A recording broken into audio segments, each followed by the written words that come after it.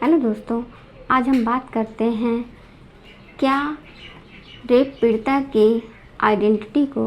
Social media पर disclose करना कोई अपराध है, और अपराध है तो इसके लिए कितनी सज़ा का प्रावधान है। कोलकाता के आरजीकर हॉस्पिटल में विक्टिम के रेप और मर्डर के मामले में जो मामला कोलकाता हाई कोर्ट में चल रहा था, उसे सुमोटो से सुप्रीम कोर्ट ने अपने पास ले लिया है। 3 जजों की बेंच ने, जिसमें कि CJI DY Chandrachud, justice JB पारदीवाल,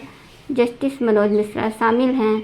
टिप्पणी करते हुए ये कहा कि विक्टिम का फ़ोटो, नाम या आइडेंटिटी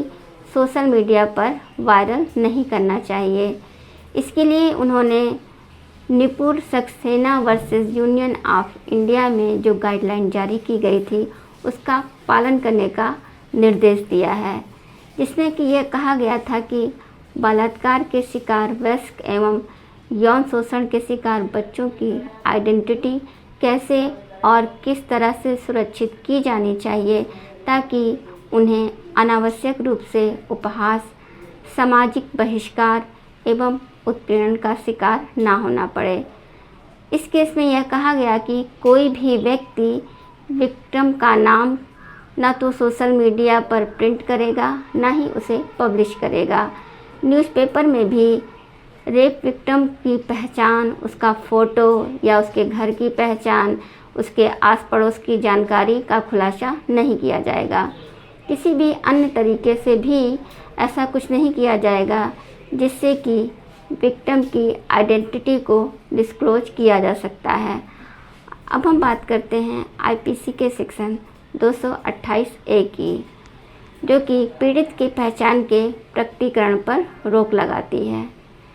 जो कोई किसी व्यक्ति की पहचान जिसके विरुद्ध IPC के सेक्शन 376, 376A से लेकर E के अधीन अपराध किया जाता है, तो उसके मामले को डिस्क्लोज करता है, अर्थात उसको पब्लिश करता है या प्रिंट करता है, तो वह दोनों में से किसी भी भांति के कारावास से, जिसकी अवधि 2 वर्ष तक की हो सकती है, और साथ ही जुर्माने से भी दंडित किया जाएगा। ऐसा प्रकाशन या मुद्रण तब किया जा सकता है जबकि पुलिस थाने के भारसाधक अधिकारी या अन्वेषण अधिकारी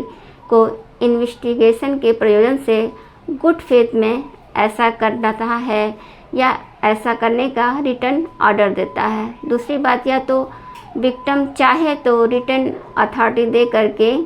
ये अधिकार दे सकता है,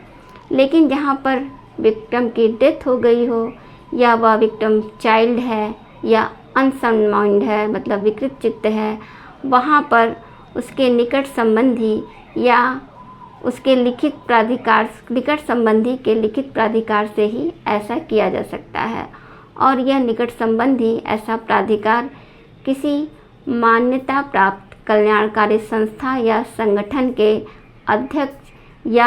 सचिव से भिन्न किसी व्यक्ति को नहीं दे सकता है।